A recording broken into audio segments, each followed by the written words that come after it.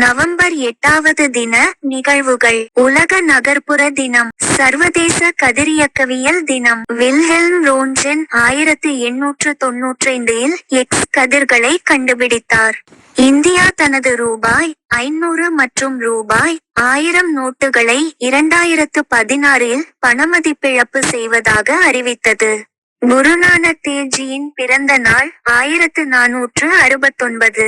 Veeramamunivar Constantine ஜோசப்பெஸ்கி பிறந்த தினம் 1680.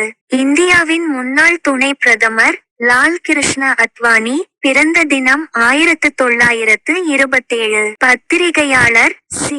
என். லட்சுமிகாந்தன் 1944 இல் சென்னையில் கத்தியால் குத்தப்பட்டார். எம். கே. தியாகராஜ பாகவதர் மற்றும் பலர் சம்பந்தப்பட்ட கொலை சதி வழக்கு.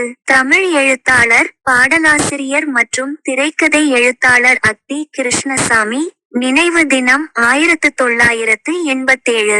தமிழ் திரைப்பட நடிகர் சிட்டி பாபு நினைவு தினம் 2013.